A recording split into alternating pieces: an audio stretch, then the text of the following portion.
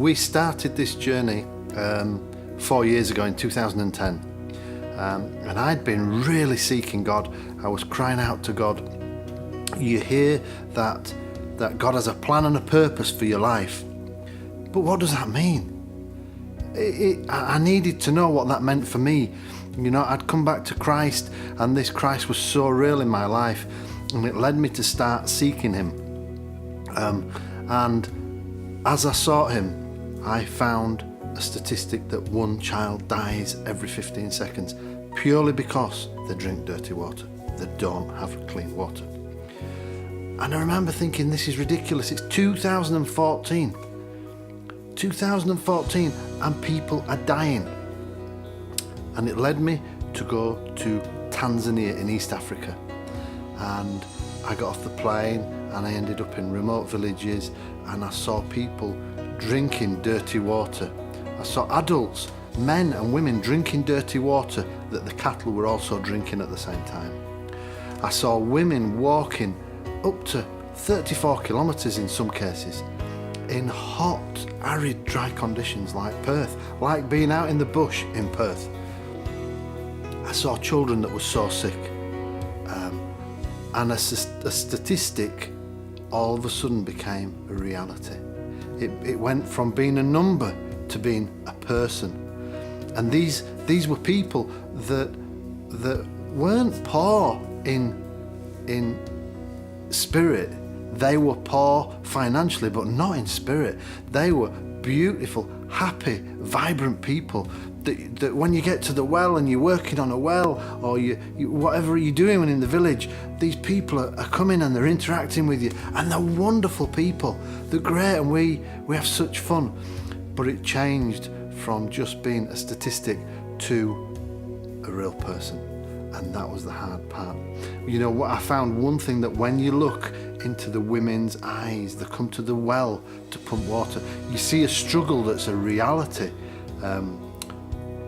It's a real tangible thing that you see in the faces. It's incredible. It's really hard to describe. These people aren't sad, they're happy people, but there's a struggle in life. And that struggle is that women and children bear the responsibility to collect water. And sometimes they go out of the village and they walk for kilometre after kilometre, and often the water they get is dirty. So it just became this reality. I remember coming back to Perth and thinking, what does it mean? What do I do with what I've just seen? And the truth is, I couldn't turn my back on it. I'd see these faces and I'd remember the things I'd seen and think, if I don't go, who will?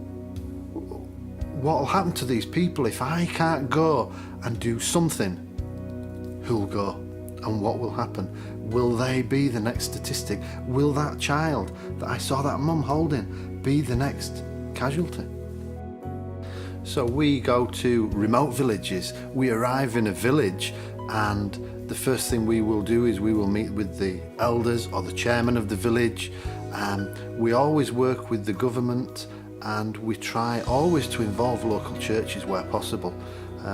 What we're doing is we are offering a service to people of water, but the whole essence is that they would open their hearts to God and the fact that God loves them where they are. The truth is that the difference is geography.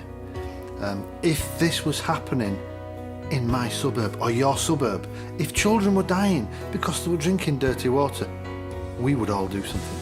We would be called to action, and there would be an outcry, and we would change this. But the truth is, it's geography. So it's not in your street or your suburb or your country. But what's the difference? The people like me and you, and they deserve for their children to live just like our children live. They deserve that basic necessity in life. What we've found is that these people are not a number, they're not a statistic. They are real people. There's somebody's mum, somebody's dad, somebody's child, brother and sister. More than that, God knows the number of hairs on the head. He knows the colour of their eyes, and he knows the fingerprints on the fingers, and he's created them all so individual and so special. And God never intended that any child would die before he was 5 because he drunk dirty water. He never intended that. Together we can actually change this. We can change it. We can make a difference. We can stop that precious little child dying. The length of time that you've been watching this clip, approximately 12 children have just died. That is the reality of what's going on in the world today, and it is unacceptable.